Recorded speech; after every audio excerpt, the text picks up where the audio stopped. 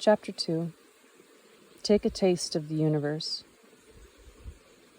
For a long time it bothered me that Anastasia appeared so content to leave her nursing child all by himself. She would simply put him down on the grass under some bushes or next to the dozing she-bear or she-wolf. I was already convinced that not a single creature would touch him. On the contrary, they would defend him to the death. But from whom? If all the animals around were acting like nannies, then who would they need to protect him from? Still, it was unusual to leave a nursing baby all alone, and I tried to dissuade Anastasia, saying, "Just because the animals won't touch him, that doesn't mean that there are no other misfortunes out there that could befall him." To which she responded, "I cannot imagine, Vladimir, what misfortunes you have in mind." There's a lot of things that could happen to helpless children. Let's say he crawls up a hill, for example, and then tumbles down it and twists his ankle or his wrist.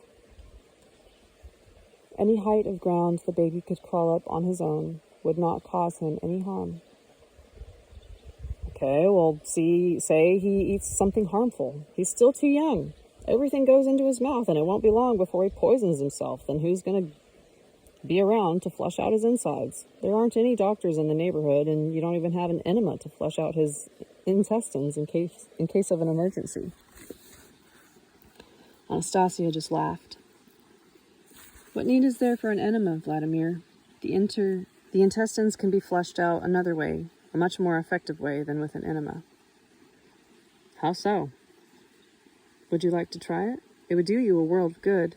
I shall simply bring you a few herbs. Hold on, don't bother. I understand. You want to give me something to make my stomach upset.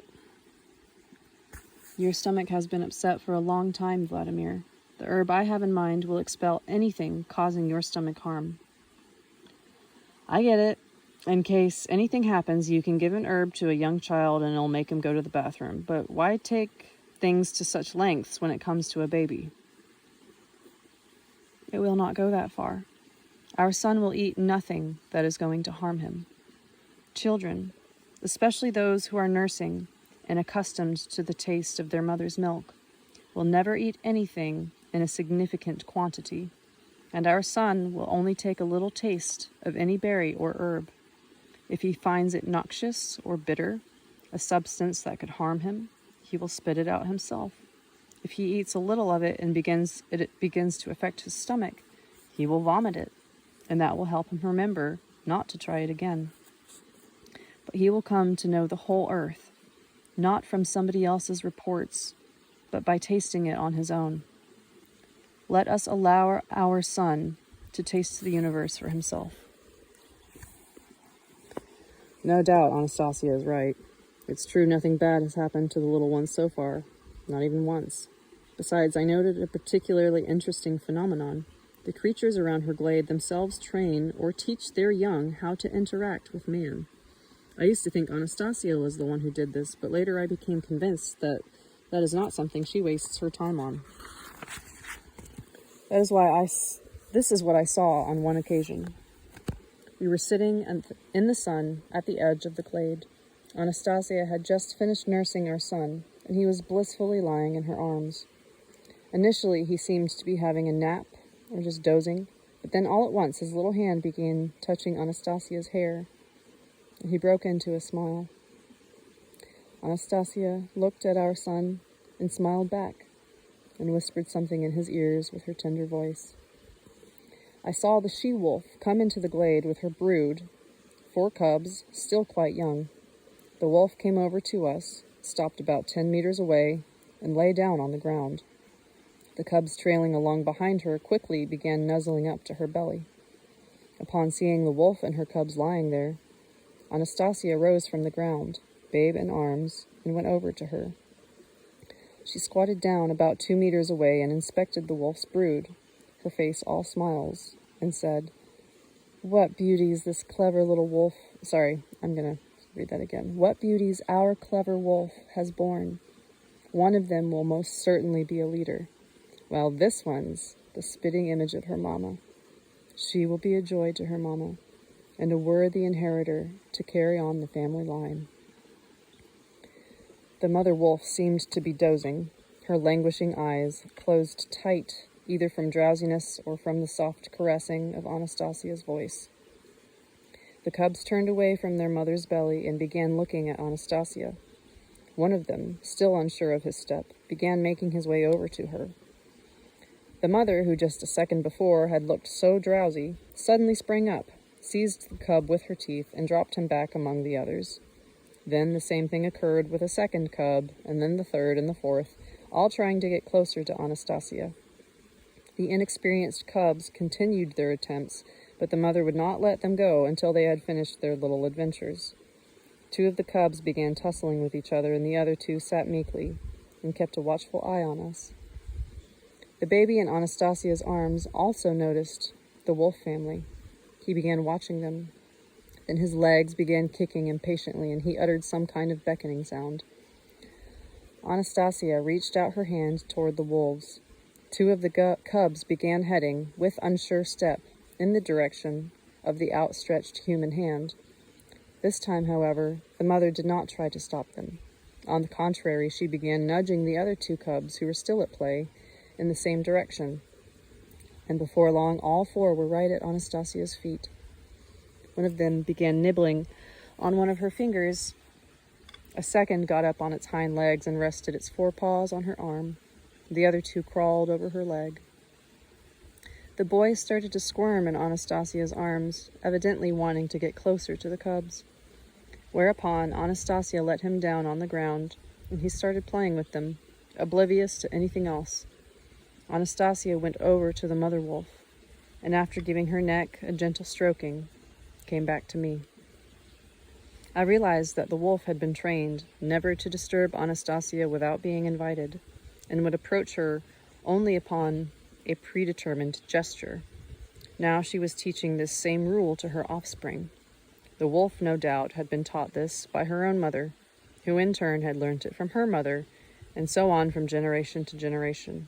All the creatures transmitted to their young the rules of interactions with man.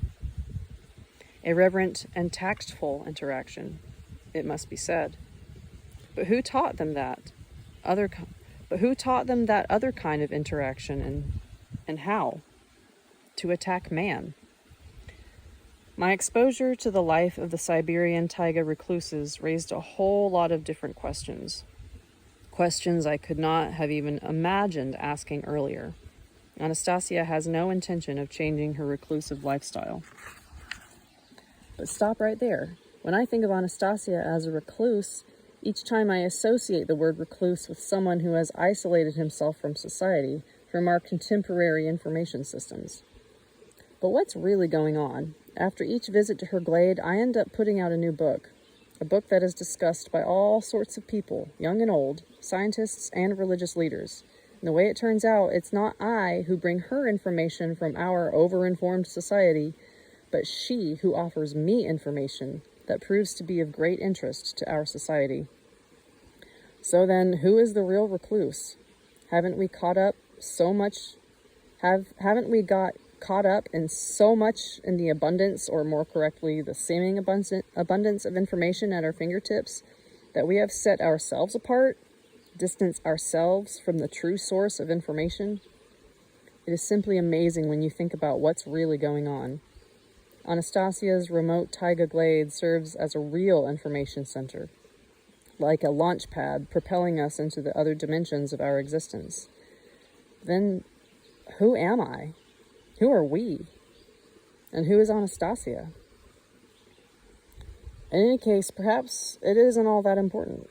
Something else is much more important, namely her latest sayings concerning the possibility of transforming the life of any individual man for the better, or for that matter, any country, or even human society as a whole. And this is effected through changing the living conditions of an individual. It's all incredibly simple. Just give a man at least 1 hectare of land, and she goes on to explain what to do with this land, and then, incredible how simple it is, and man will always be surrounded by the energy of love. Those in marital relationships will love their spouses. Their children will be happy. Many diseases will be eradicated.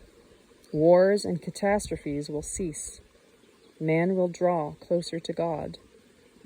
She has, in fact, proposed the construction of a whole lot of glades similar to her own in the proximity of major cities. But this doesn't mean she rejects making use of our civilization's achievements. Let what is negative be pressed into service on behalf of the good, she says. And I have come to believe in her plan. I believe in that splendid turn of events that is to come about as a result of implementing her ideas in our lives. And a lot of them seem so logical to me. All we have to do is go over everything, think everything through, and in the right order. We have to adapt her proposal to each location.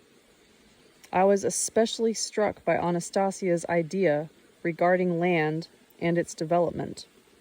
I could hardly wait to get home and see what scientists have to say about similar communities. Does anything along this line exist anywhere in the world? I wanted to see if I could start by designing a new community in all its detail, and then start building it through the concerted efforts of those desiring to participate in its construction. Naturally, neither I nor anyone else can undertake the responsibility for getting this marvelous community of the future going all on our own. It is something that we need to do together. We shall have to examine all the information collectively and design our community, taking into account mistakes other people have made.